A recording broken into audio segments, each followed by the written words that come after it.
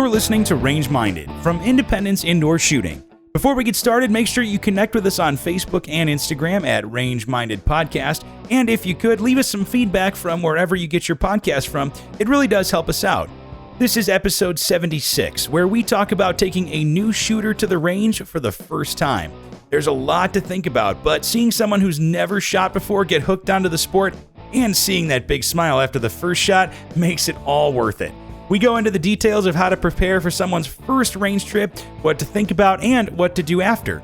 As always, thanks for listening, and we hope you enjoy episode 76 of Range Minded, the do's and don'ts of taking a first-timer to the range. Hello and welcome to Range Minded from Independence Indoor Shooting. My name is Mark Long and I am joined by... Me, Steve Zimmerman. How are you, sir? I'm doing great. How you doing, man? I'm doing good. Just enjoying a rainy Thursday afternoon. Is it rainy over there?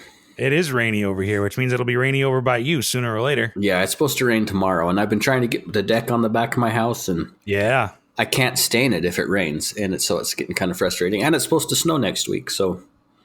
Like, by you it's supposed to snow? Yep, next Saturday. Really? I'm not looking forward to it.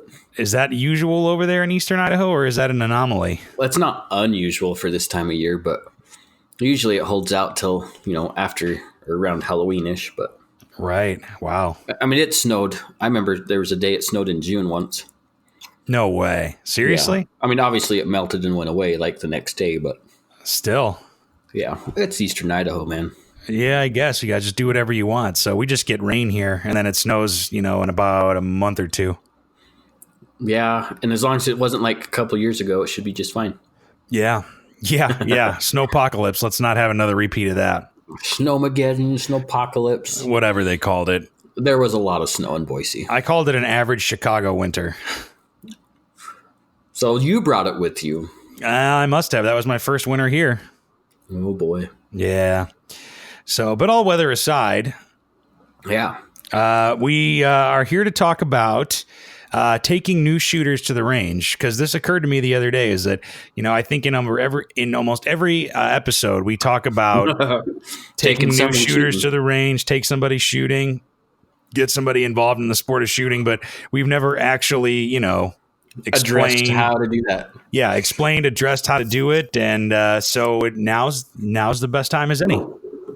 So you better be listening and taking notes. Yeah, so we figured it'd be kind of a good way to walk you through how to take somebody to the range, especially somebody who's never done before, or has never shot before, or maybe you've never taken a new shooter to the range. It can actually be a little bit intimidating because... Or maybe you haven't gone with somebody shooting yet, and you're not quite sure what to expect. That's also very true as well. And if that is the case, we would love to hear from you. And we would love to take you shooting as well. Heck yeah. So email us, podcast@iishooting.com, or message us on Facebook at Range Minded Podcast. We'd love to do that. We've done that a couple times with folks that I know, and they've loved it. Yeah, it was awesome. And they had a great experience too. They both sure did. So, but yeah, so I just figured to kind of walk you through it. And because, the person that's going to be taking, you're going to be taking shooting is going to be kind of looking up to you and for cues and to see if everything's okay and they're doing the right thing. And so you're kind of in that, responsible person position, Yeah. And it can be, it is a pretty big deal, because how you react and how you show them how to use a firearm is going to be something that ends up getting kind of seared in a way, almost imprinted in their minds about how to handle and react around firearms. So I think a lot of people remember the first time they went shooting, Oh yeah, absolutely. And so don't be teaching them like habits that are dangerous or bad or whatever. Yeah. We're going to focus a lot on safety, so it might get a little dry, but it is very important. Probably. It's very important. Probably. So first, what is usually the first thing that you do when somebody says, "Hey, I want to go shooting with you sometime," and you make plans? What's the first thing you usually do? Honestly, the first thing I do really is, first I get them kind of excited, and we'll talk about it. Maybe watch some videos or something like that. If the time arises, maybe I'll show them some of the guns that will be taken, and I don't want to take anything huge. But regardless, we'll get to that. Immediately before we shoot, there's always a fairly in-depth safety briefing. Yes. But I still like I say before that, I try to get them excited and to not fear what's to coming, or what's coming up. Yeah, it takes a lot of the mystique out of it. Obviously, you can still be excited and whatnot, but to be able to take kind of the anxiety out of it, by explaining what's going to happen and what to expect, I think goes a long way. Yeah.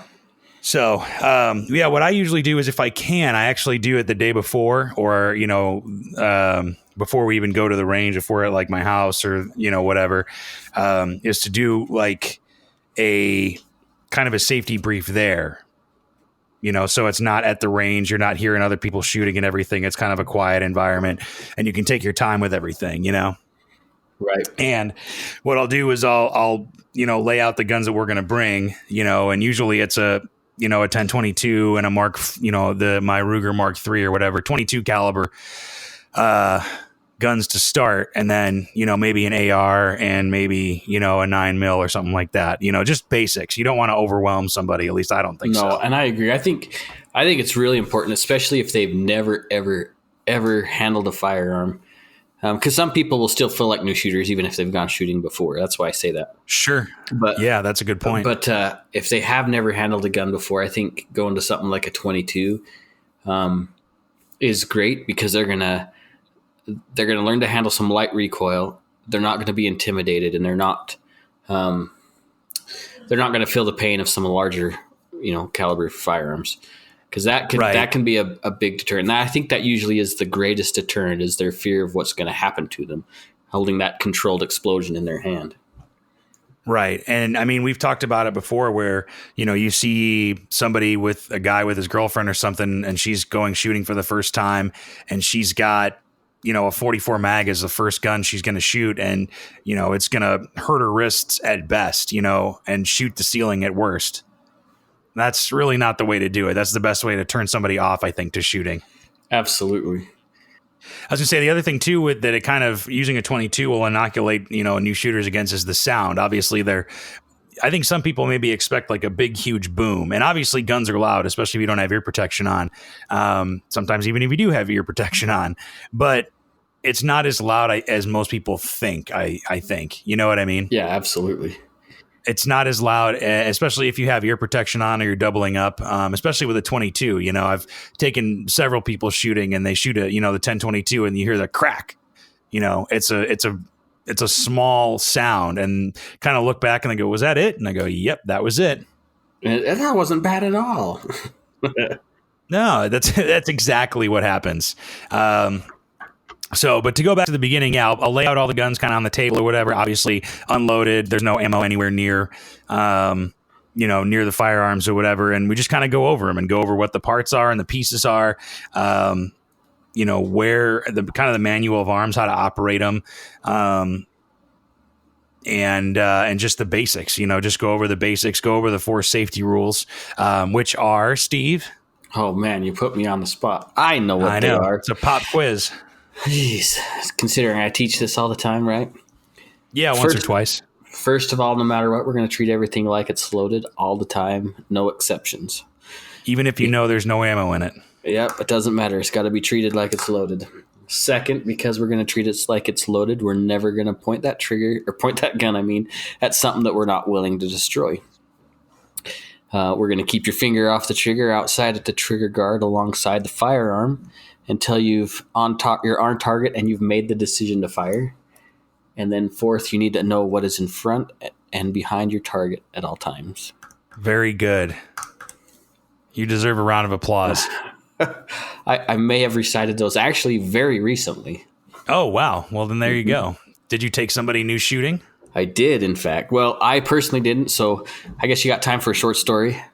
Sure. Because it's absolutely relevant to this. So that's great. Tuesday, our church group, there's a youth group. They took a bunch of kids to an outdoor range. And I said specifically that I would like to tag along for safety. Sure. Which obviously they understood what I do, and they were cool with that. What surprised me is, and these are kids from like 11 to 18. Okay. And there was probably about 50 kids, boys and girls all together. That's a lot. There was a lot of kids. That's a lot of But kids. there was also a lot of adult supervision, which I was thankfully surprised. Sure. Anyway, I was helping some young girls, 11, 12-year-old girls that have never shot shotguns. They decided to take the kids shotgun shooting. Oh, wow. which I don't know why exactly that was a good idea, but whatever. I didn't plan the activity. Yeah, how about that? So, yeah, there was a lot of small frame, young girls that had never handled a gun, and definitely have never shot a shotgun in a 12 gauge before. Yeah, wow. And we're trying to drop clays.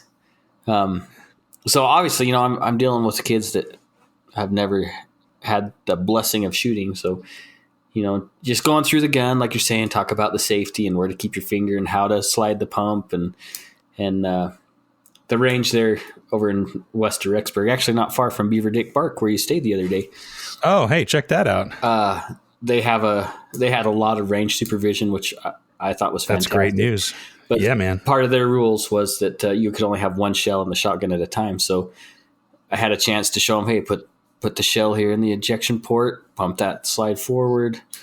When it's empty, you keep that slide open, put it on safety. Don't point it at your feet. I remember one girl, and I don't even know her name. I mean, I go to church with her family, obviously, but I don't even know who she is. Yeah. And she was just tiny, and she's running my 12 gauge, which the only one I had was my tactical 590 that had a shorter stock. Oh, geez. Because she was just too small. And so that stock that I have on there is short for tactical. Oh, okay, purposes. Yeah. And that's why I was letting her shoot it. But every shot, she would bounce back 6 or 8 inches. I'd have my hand behind her shoulder to not let her fall over, but right. She'd have this big look in her eyes, and I'd turn to her, "You okay?" And she's like, "Yeah, I'm fine. You want to go again?" "Yeah, let's do it again." Okay. Every time. Man, so she was having a blast. Oh yeah. And it was fun, right? And I think that's the best part about any kind of shooting is opening it up to especially young shooters, new shooters, how exciting and fun and dangerous, honestly, it can be, but how much fun it can be if it's done safely. Yeah, and I think you gain a respect for firearms the first time you go shooting because you do realize how fun it can be and everything, but you do, I think most people realize kind of the power, like you said, a controlled explosion. That's literally what you're holding in your hands. Yeah. And obviously, sometimes I've taught classes in the past where I don't have it in my RSO class anymore, but I had some gun videos that float around on Facebook of things that almost end badly. And the close calls. Yeah, the very close calls. And I don't really include those anymore, but I think in a way it really is good to see some of that stuff. Obviously you don't want to show carnage to people. That makes people really uneasy. But some of those close calls, I think it's important so they understand that, there's a finality to these things that if you don't respect them, it can cause some pretty serious emotional, physical, or whatever damage you want to call it. Yeah, just like any other tool. A power saw or a vehicle or anything, So yeah. It's good. But did all the people from the church group have fun? As far as I know, everybody had fun. For some reason, they went so late in the day that not even all the kids got to shoot.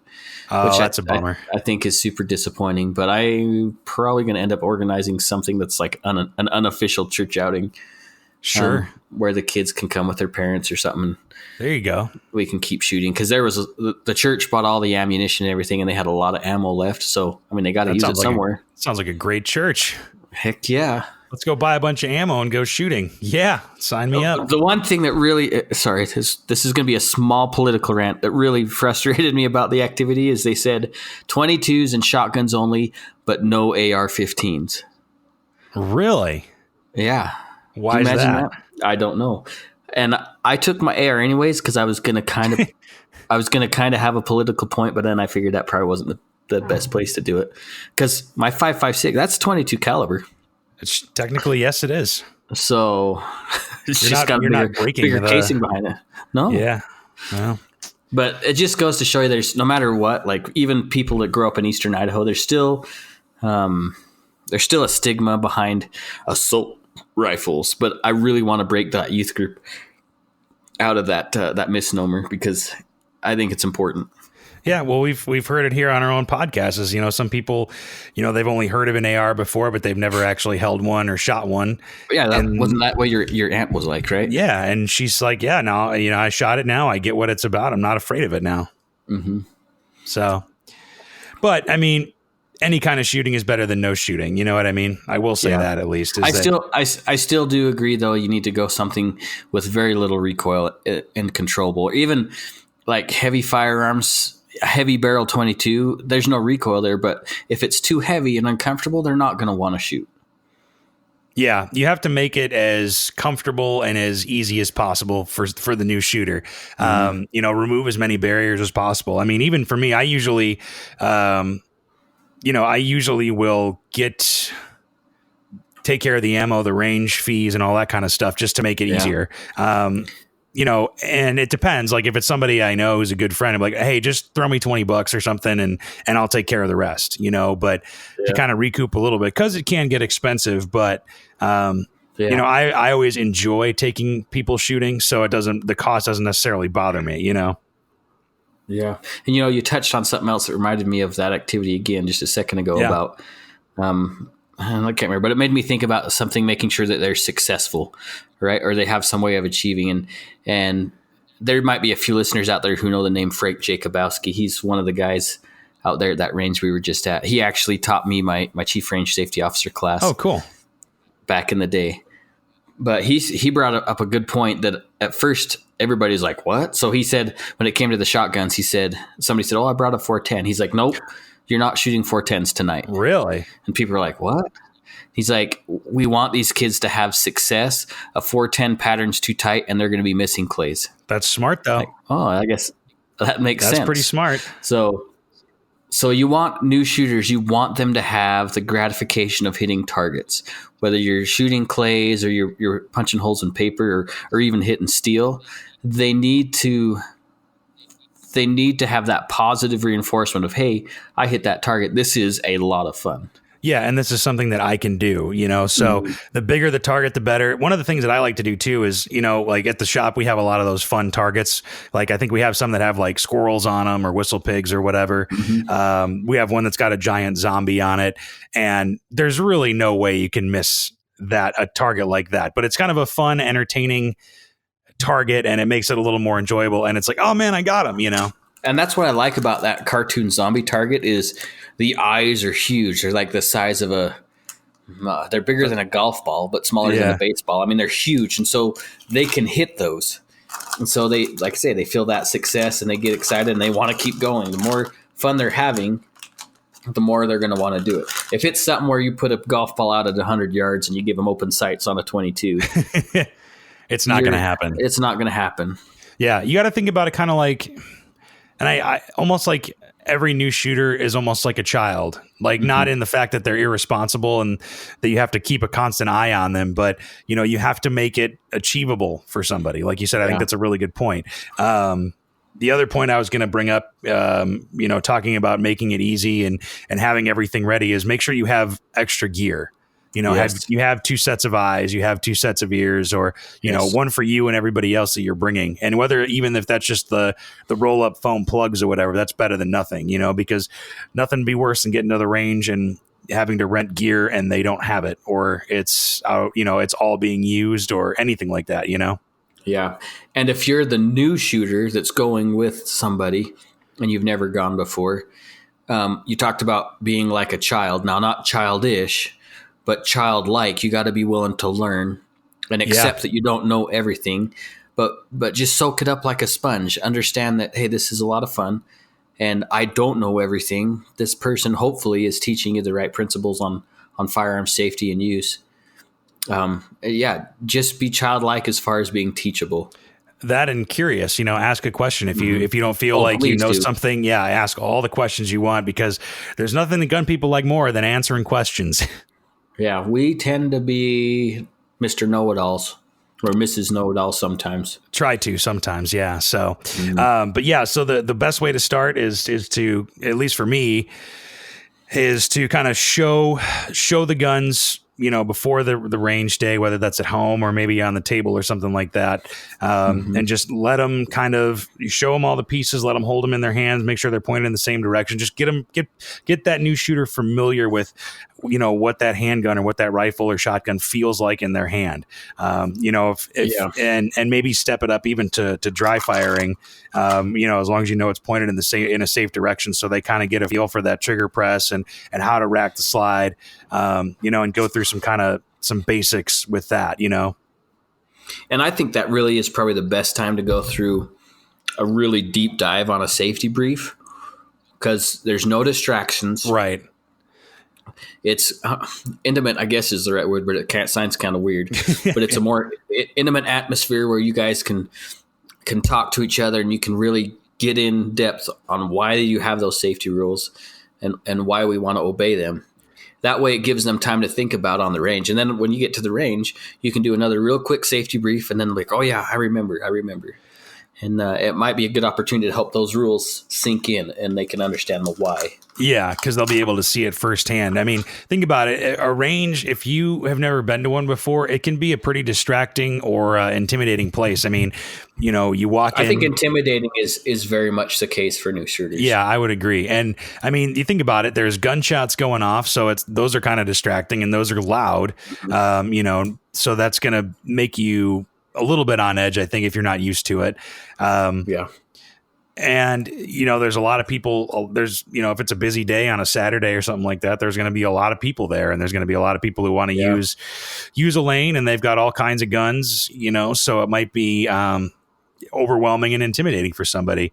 So you want to make that process as easy as possible. And I found that if, new shooters are going in prepared and they kind of know what to expect already, and they know the safety rules, they feel a lot more confident and they have a much better time. And I think that brings up another key point too, is because there's so many distractions and there's so much going on, if at all possible, if you can find the quietest time at the range to go, I think it'll be more beneficial for those new shooters as well, for that exact reason, because there's just so much going on. And especially if they're a little apprehensive about the noise or just guns in general. Yeah, for sure. They're not going to be focusing on the activity. They're going to be focusing on everything else that's going on around them. Yeah. Maybe a Saturday at noon, probably not the best time to go. But if you go maybe after work on like a Tuesday or a Wednesday, or even if you can sneak out at a lunchtime, like if it's somebody you're working with. Yeah, or maybe you can take an extended lunch or something like that, And I think that counts for indoor or outdoor ranges. Doesn't really matter because both are going to have their distractions and their noises and all that kind of stuff. So, yeah. No, but that's a good point, because then, like you said, there are less distractions. There are less because you can't really control who you're next to in the range. Somebody might have an SBR or a full auto or something in the next round, and that can be a little scary, I think, for somebody who's never been in a range before. Yeah, I think it's very scary for somebody, even somebody that may have been exposed to guns but never shot. Right. I think it can be really overwhelming. Well, and I mean, I remember when I first started at the shop, I had never really heard any full auto fire in person before, and it took me a while to kind of get used to that, And I'll still see people in the shop when you hear, one of the full autos going off, everybody kind of turns their heads and stops for a second. At least all the customers do. Nobody else really does. Yeah. But it took a little while to get used to that. Yeah, and I still get that way too. Like, I mean, my first real time in the gun range, I spent every day in the gun range. And once after that, for a year, for a while in the range, like I kind of got numb to the noise, which I think is good and bad, honestly. Yeah. You can get used to it, and then you almost become complacent with it because you do have to use your ears as an RSO or as a, kind of being a steward of the range, is that, you have to listen for something that maybe doesn't sound right because you're not there necessarily watching if you're not RSOing, Yeah. But yeah, so once we actually get into the range, get all your gear on, make sure you have enough gear for everybody that you're bringing with, eyes and ears and all that kind of stuff. And one thing that I do too is I try to walk people through the whole process again. I don't know, I go over the safety rules kind of briefly, but it's more just the process of shooting. And mainly what I focus on is, okay, keep your finger off the trigger till you're ready to fire and keep that gun pointed down range at all times. Those are really the big two. And what I'll do is I'll show people how to load, how to unload, and then I'll actually shoot a couple of rounds or a round or two first to kind of show them, okay, this is how it's going to sound. This is how it's going to look, this, that, and the other. And I think that helps kind of allay some fears too. Yes, absolutely. So, and then, at that point I said, okay, you saw me do it. Now it's time for you to do it. So let's give it a try. So then at that point, then, I'm kind of standing in the booth with them and, and I'll load, what I do is I load one round in the mag, like at your range that you were at. And they said they were only allowed one magazine or one shell in the tube the whole time. At least for me to start out, we just start with one round. Yeah, for that exact reason. They can feel how that recoil is going to feel and the noise and everything about it, the smell even. Yeah, because it is a lot of senses all at once, because you have the sound, the noise, the light of the explosion and the feel of the recoil, the smell of the gunpowder. Yeah, it's a full experience. And that's all the stuff that I love about it too, is the smell and everything. Yeah, the experience. So, but the other reason too is kind of a safety thing, is that if they freak out and maybe drop that firearm, or maybe what somebody will do is they'll like squeeze again, and if they squeeze it again and there's multiple rounds in it, that round could go off or whatever. Absolutely. So, if it's got one round, the slide will be locked back. You can't fire it again because there's no round in the chamber. Yes, I think that's excellent. So. Yeah, so we do that a couple times, and then I say, okay, I'm going to load up 2, so we'll have you shoot 2, and then go from there. Kind of like how our great instructors shoot and teach handguns. We're just going to do one round, and then we're going to do another round, and then we're going to do another round, and then we're going to do 2, and then build up to 3 and 5. So you just take it step by step by step, and you can really judge somebody's confidence level as they go. You know what I mean? And from my experience, people get confident pretty quick. Not overconfident, but they get pretty confident and can build on their skills pretty quick, Yes. And while you're doing that one round, I guess it depends if you want to, and maybe you shouldn't. Maybe I shouldn't say this, is because you don't really want to be the instructor. You just want to be the person that's having fun. But you can still go around and check their grips and let them know that, you're not going to get slide by it if you're shooting a semi-auto. Make sure their grip's in the right place. Or they're not going to get scoped in the eye when they shoot a rifle with a scope on it. Right. Yeah. And that's more safety, I think, than anything else. Obviously a good grip is imperative to practical shooting, and not getting injured. Like you said, not getting slide bite or not getting a scope in the eye. So being able to do those things, I think are good. But if they don't, as long as they have a safe grip, I think and you can maybe read depending on the person. Maybe they are somebody who wants to learn, and get better immediately, but maybe it's just somebody who wants to have fun. Yeah. You know what I mean? You have to kind of have that on your radar and just think of and get the vibe of what they're out there for. Right.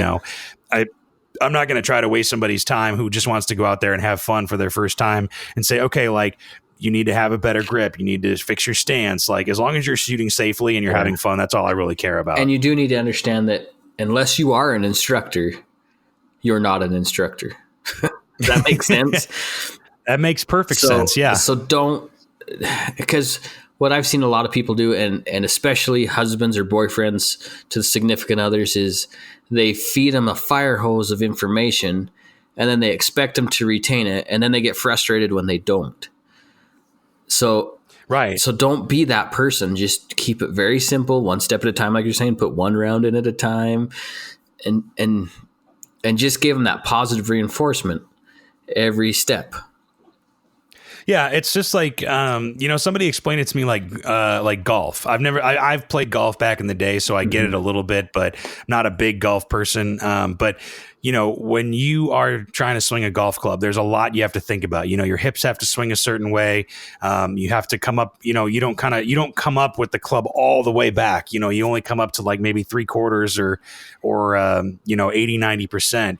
You have to make sure your thumbs are in the right position. You have to make sure you follow through and you twist the right way, and that, you keep your head down and blah, blah, blah. And sounds kind of familiar, right? Thinking about all the different things that you have to do physically to make that golf swing happen, just like having to shoot a firearm. That's just too much. And so when you feed somebody, like you said, that fire hose of information, they're not going to remember any of it. No. So if you can just slowly but surely build up one thing at a time, it's going to be a lot easier to digest, and they're going to be able to get better a lot faster that way. But I also agree with you too, that if you're not an instructor, then you're not an instructor. Yeah. I just don't make it complicated. Yeah. Because then they're going to get frustrated, Yeah, and you might get frustrated too. And that's the way, like my wife, we were talking about the other day, I was putting one of my ARs away in the safe just before it sank. And yeah. And I was like, man, you don't even come shooting with me anymore. And then she kind of got this look on her face, and like, I know, I get, I'm trying not to make it sound like I belittle when you shoot, or I'm criticizing, because that's her complaint, is that she thinks I'm criticizing her all the way through. Oh yeah.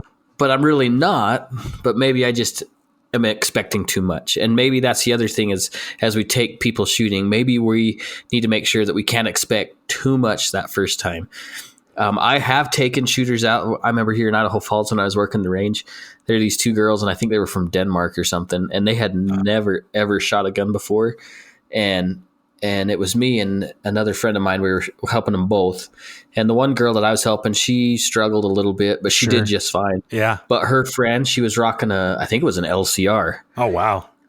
From the rental counter. And she was poking holes at probably 20 feet, the size of a quarter. Like just a natural over. Yeah. And it was pretty fun to watch, because she was all excited and we were all excited because everything was just impressive. Going so well. Yeah, but she didn't think it was a big deal. We're like, man, you're awesome. You got to keep this up. Yeah, man. But she didn't understand why we thought it was so awesome. But that's the thing to remember too, is that, even if you've only been in the firearms world for like a year or a few months or something like that, that's still a year or multiple years or a few months of time that you've spent researching, learning, experiencing, taking classes. Whereas this person that you're taking as a new shooter has never done any of that. So they're starting from square one. Again, going back to kind of like that child mindset where they don't know the first thing about anything. Right. And you don't want to overwhelm them. And new shooters can be easily overwhelmed because all that sensory overload that's going on. Yeah. It's just like the first time you drove a car, you know what I mean? You don't really know what to look out for. You're not confident in where the pedals are. Same thing as if you're handed a gun. You're talking the first time I drove a car as a licensed driver? Sure. Let's go with that.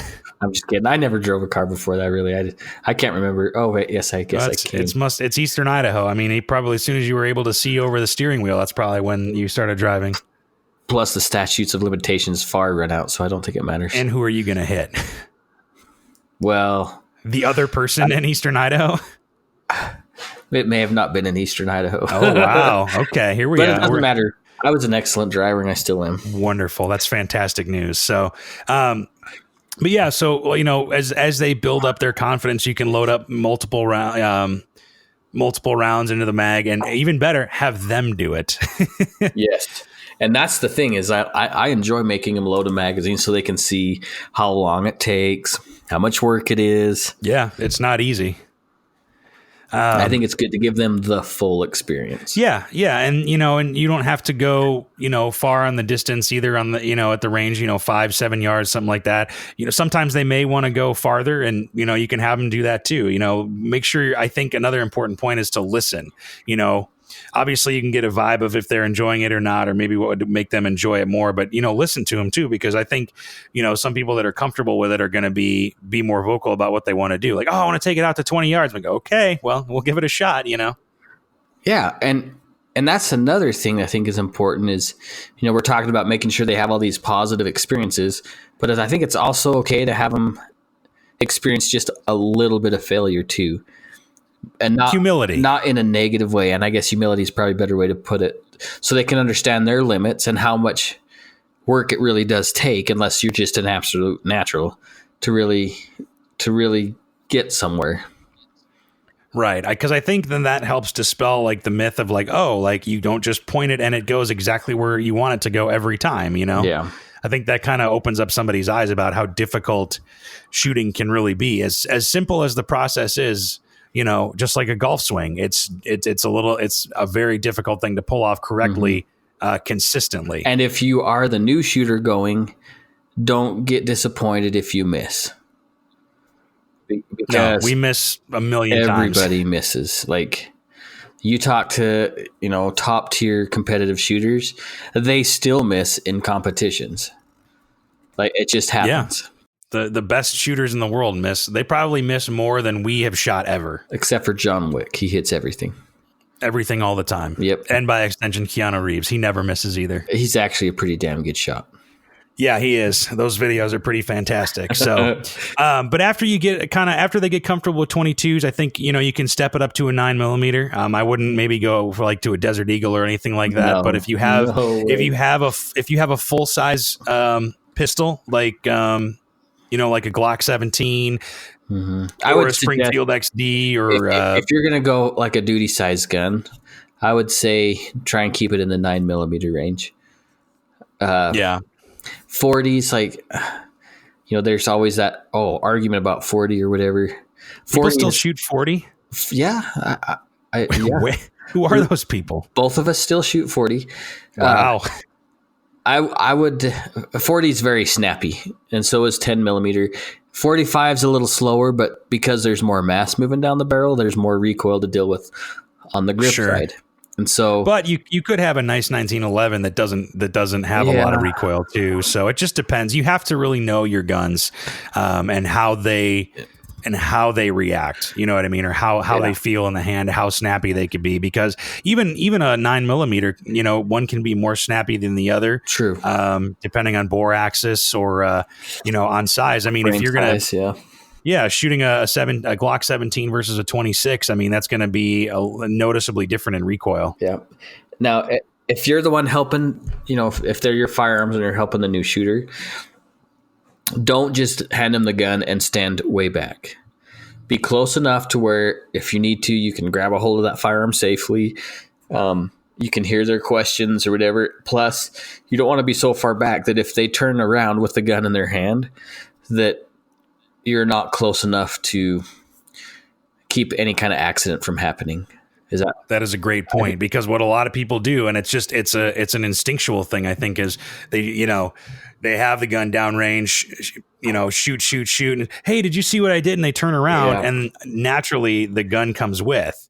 And that's, I mean, I've seen it happen. They don't really know any better. Yeah. It's not a malice thing. It's just an ignorance thing. They don't know. They don't have the experience or whatever. So being close, like you said, I think is a great point. And you know what I think too is that, especially, you know, we do this with folks who come in and shoot full auto stuff, is we put our hands on their shoulders. You know, and I think if somebody's especially timid or maybe, you know, really nervous about it, I think having that physical touch of having you on them, knowing that they're not going to get blown back and fallen over, I think that's probably a comforting thing too. Mm-hmm. Now on that, touching can be considered assault. Let's just be real for a minute. Sure. So be very mindful about how and where. Touch the shoulder. Yeah, shoulder. You never go like the small of the back or anything like that.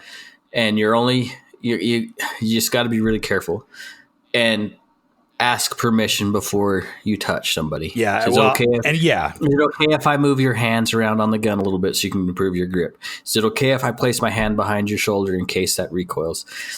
You think it's benign and kind of silly, but we live in a society now where anything can be considered an assault.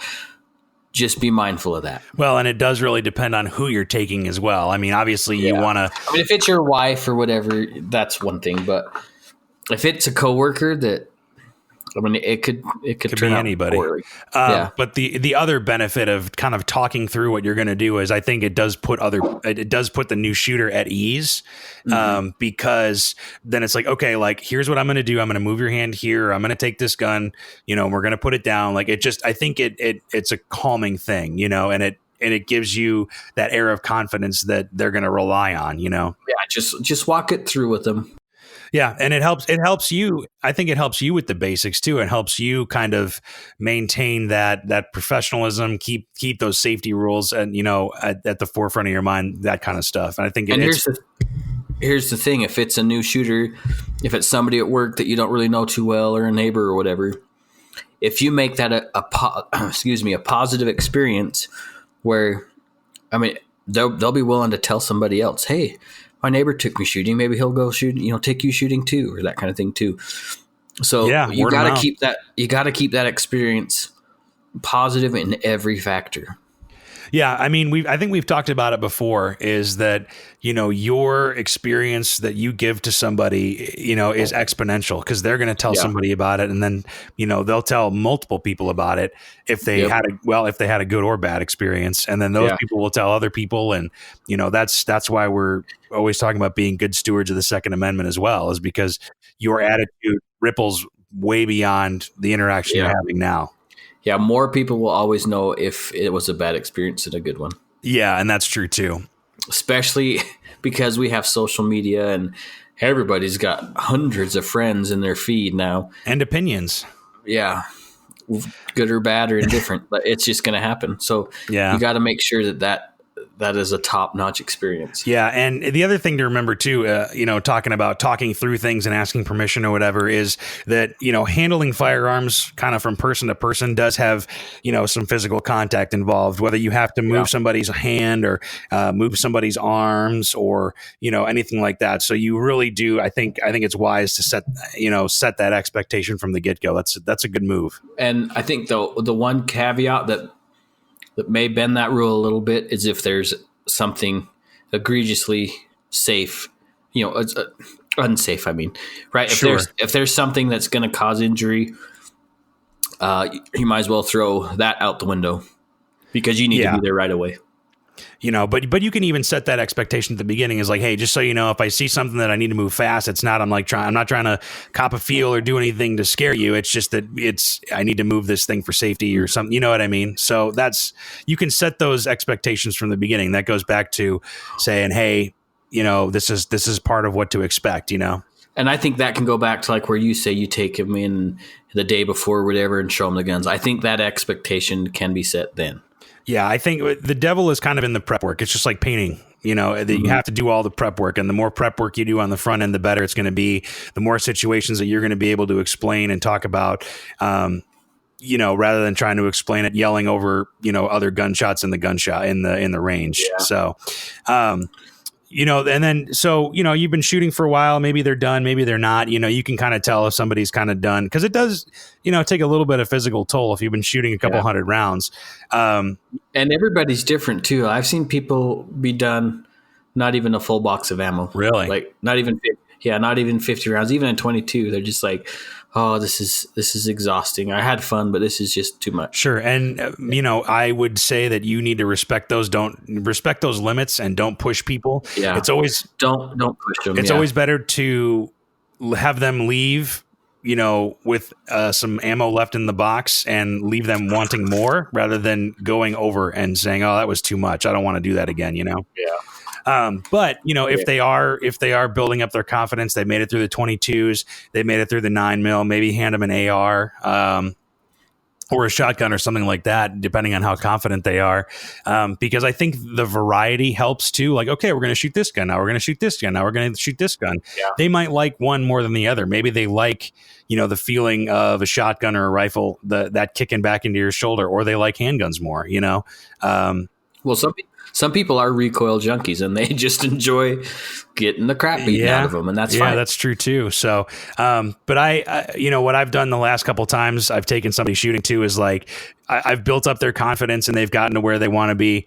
Where they're shooting an AR just fine, they can pick up the 9mm just fine, and they're enjoying themselves. And I say, okay, now's where it's going to get a little fun. Let's try to shoot a full auto. And of all 3 people that I've done that to, all 3 of them have loved it. Because it's such an unusual thing, you know, for the average person, you know, it's okay. Like a full auto, like I didn't know that was legal. Like, oh my God, like you just picked that up off the street or something, right? You invited or you made it. So, but no, I mean it, and that's, you know, that call that a perk of being at the range and working at a range. But you know, the average person can do that too. You know, at least at Independence.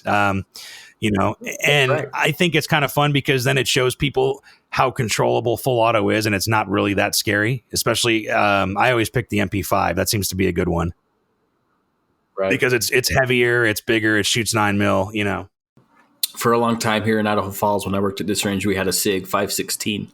Oh, cool! With a suppressor on it. And you'd always get these people like, oh, suppressors. Like I remember having a conversation with somebody about the Sandy Hook shooting and saying, well, suppressors need to be illegal. If he had a suppressor, he could have killed so many more people. Okay, let's shoot this AR-15 with a suppressor on. Let's just give it a go. Yeah, and see how it sounds. 3 rounds into it, they can't see because it gasses back so bad inside of a range. And then they realize, well, I guess that theory kind of sucks. That's not true. Yeah. And it's not true because it's not quiet either. No, it sure isn't, especially on a rifle. Even on a handgun, you can't shoot suppressed without ear protection.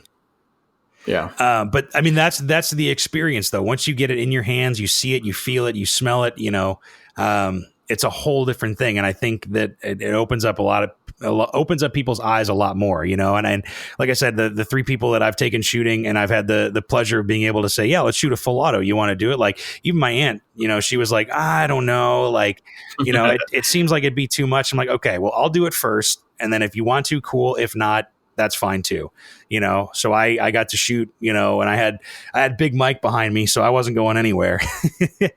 But that was the first time I shot full auto. And then, you know, she's like, okay, I want to try it. And she did it and she had a blast. She loved it. You know, I have yet to meet a person who doesn't like shooting full auto. It is exhilarating. I've had dealt with people that just didn't know how to control it.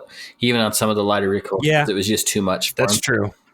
That's true. And that's, you know, what the point I was going to bring up. Unless you actually own a full auto, you know, you want to have somebody at the range or an RSO there to be able to handle the situation, because RSOs have training to deal with that, you know. At least they should. You know, because and if you've been in the gun world for a while, you remember hearing about that 8-year-old, was it 8 or 11-year-old girl who her parents let her shoot a full auto Uzi, and she ended up killing the RSO or the instructor because the recoil made her hands go up and over. Yeah. Well, which there's a whole host of problems there, but yeah, I think there was a lot of failure on the instructor's part of it. Like there's so many things that went wrong there that and nobody should have lost their life. But if you're the one helping them in anything like that, you need to be right there next to them. Yeah, and that brings up another point that I wanted to bring up too, is that you are responsible for that person. Mm-hmm. You know, if they've never gone shooting before, you're responsible for them acting safely. You know, them, appreciating and conducting good range etiquette, all that kind of stuff. So you do have a bit of a responsibility to the range and to other people at the range too. Yeah, that's what I was thinking while you're bringing it up, is that they're learning whatever habits you show, and they're watching you. And if you're being a jackass on the range, they're going to think that's normal and okay. So you have to be spot on. You have to be you should be spot on. Yeah, you should, and you should be doing that no matter what. If you have practiced good habits, then that's going to be in your, you know, in kind of your gun range DNA as it is anyway. But you know, that even more so when you have somebody else, because you're responsible for them. Yep. So, but yeah, I think that, and then, you know, make sure you wash your hands after you're done. And then I always like to go out and eat afterwards and kind of debrief. Yeah. Decompress the situation a little bit, ask them what they liked, what they didn't like. And that's helpful information for you too. If you're the ones, you know, taking people shooting, is then you can kind of critique yourself how their experience was. You can say, well, I guess I should have done this differently or that differently. And so it's a good experience all the way around. And then during your dinner, you can set up the next shooting appointment. Yeah, exactly. But then you can get some critiques and some feedback about how you did. You can learn how to teach somebody a little bit better maybe next time, or a different kind of approach. It's a learning experience for both of you. And and you want to definitely set up the next one too, because I think if you keep people shooting, they're going to, maybe eventually get their own firearm, or go rent one and find it out, or take somebody else. You never know. Or take a class. And honestly, maybe we mentioned this before. Maybe that visit to the range isn't even a shooting visit. Maybe it's just walking around, looking at the different types of guns, having them ask questions to the staff, because not everybody's knowledgeable. I mean, I'm not knowledgeable about everything. Not saying that everybody at the store is knowledgeable either, but there's different perspectives that they can see. Oh, my buddy isn't just full of crap. This is really how it is. Yeah, that's true. And the other thing, that it might not be a shooting event either that you go to. That's a really good point. I mean, there's a, the way that you explain something might not click, but then maybe the way that somebody else explains something that's at the shop, could be a great thing too. And that could click with them a lot more. And it's not a good, bad, or the other thing. It's just a different perspective. We've talked about how the instructors can teach the same class differently. It's because their experience is different. And so even some of the ladies, like Sarah, could explain, something to a lady way better than I could, because I'm not a lady, and my brain doesn't right. work the same way as a lady's brain. And so it's good to get some other perspectives too, if you can. Yeah, and multiple perspectives, I think helps reinforce, what you're thinking, and that the great parts about firearms. And like I said, I think the more that a new shooter sees that, okay, there's a lot of normal people, a lot of knowledgeable people, a lot of friendly people, that's just going to be better for the gun world in general. Yep. I agree. So, and that gets into the last point that I wanted to bring up was, the why, why it's important, to take new shooters to the range. Well, why is it? Well, because then you are doing your part to kind of show, the uninitiated that firearms aren't necessarily anything to be afraid of. That's the biggest thing I think that I've noticed from taking people shooting, is that they're first of all, they're not necessarily informed about what firearms are really like to shoot. Yeah. Maybe a little afraid of them, maybe a little intimidated or whatever. But, at the end, they've always been more confident and more comfortable with them. And I think that's the best way to keep the Second Amendment alive. And I think you also touched a little bit on it too, is how many normal people there are that enjoy the shooting sports. I mean, everybody sees the stereotypical guy with the AR-15 and the "Don't Tread on Me" hat walking around the Capitol grounds, and right. They just think that's what gun owners are like. There's these crazy people that try to prove points that don't make sense to some people. And in reality, the majority of gun owners are business owners or moms or school teachers, just these normal people that enjoy the shooting sports. And I think it's important to get the average person to see that other average people enjoy shooting. Yeah, I would agree 100%, because, I think maybe some people think that, if you enjoy firearms and enjoy shooting, that's your whole identity. And I think that people are intimidated by that. And if you show people, like you said, that average people who have jobs and families and other hobbies and all that also enjoy shooting, it normalizes it like it should be, and that it's not this big, scary, unknown thing, that it's a sport that and a hobby that people enjoy. And it's kind of, you like to talk about motorcycles. Think about all these Harley Davidson riders out there, all these guys that go to Sturgis. How many of them are clean cut lawyers or accountants or, or doctors? They're not all these rough and grumble biker gang guys. There's a lot of clean cut people that just enjoy motorcycle rides. That enjoy riding. Yeah. And I mean, and the other thing too is, to be fair, there are a lot of people who aren't the most exemplary gun owners or the most exemplary motorcycle people. And when you take somebody shooting, you get to show them that, there are responsible people out there who enjoy the sport. And you can control the situation, you know what I mean? And you can control that and ensure that they're going to have a good experience. And I think, when people go shooting, it opens their eyes to what it's really like, and it changes their minds, I think. And if you encounter some of those other people at the range, I think it's important to use that as a teaching. Sorry, my phone was ringing. They can use that as a teaching experience. Say, look, this is why I brought you here, so you can learn not to be like this person over there. I think that's a great point. Yeah, you see what that guy's doing? Don't do that. And here's why. That's a really good way to explain to stuff too. Explain to people and show what not to do. I think that's a great thing. Yeah. So I think that about wraps it up. I mean, we went from right from the beginning to the end, and even after the end. Yeah, and don't be the cocky person that takes your friend shooting that knows everything.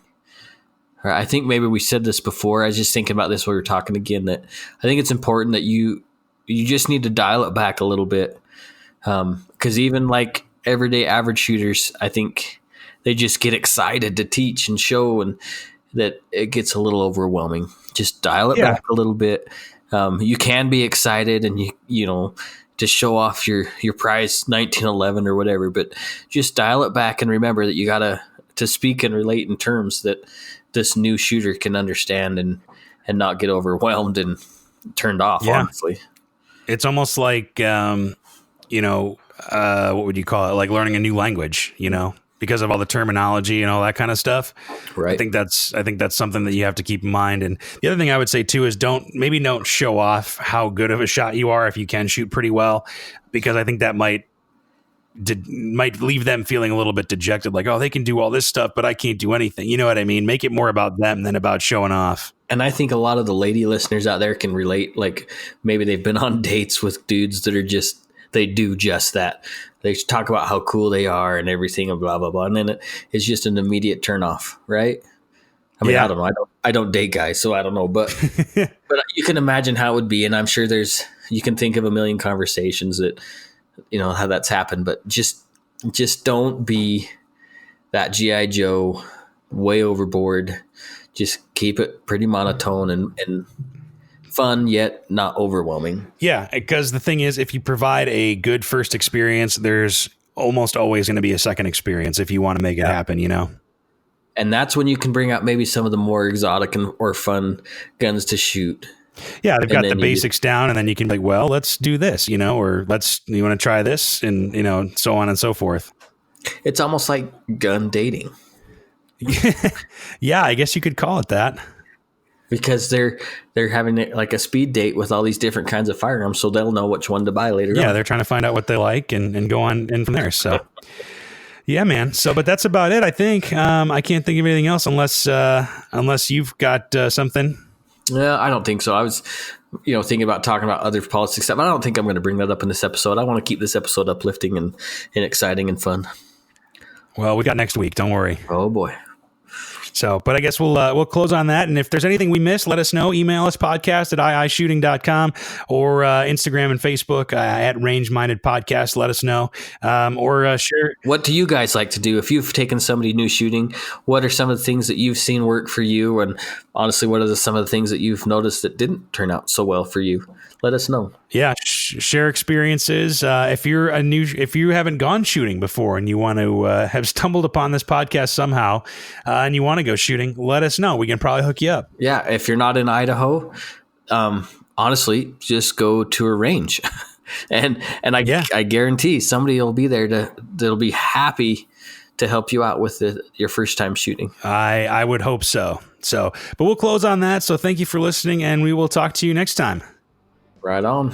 Thanks, guys. Bye-bye. Thanks for listening to Range Minded. Find us online at Range Minded Podcast on Facebook, or send us an email at podcast@iishooting.com. We're always happy to get feedback, episode suggestions, whatever you want to send us, really. And be sure to subscribe to us on Apple Podcasts, Google Podcasts, Stitcher, and pretty much wherever else you get your podcasts from. Thanks for listening, and we'll see you next time.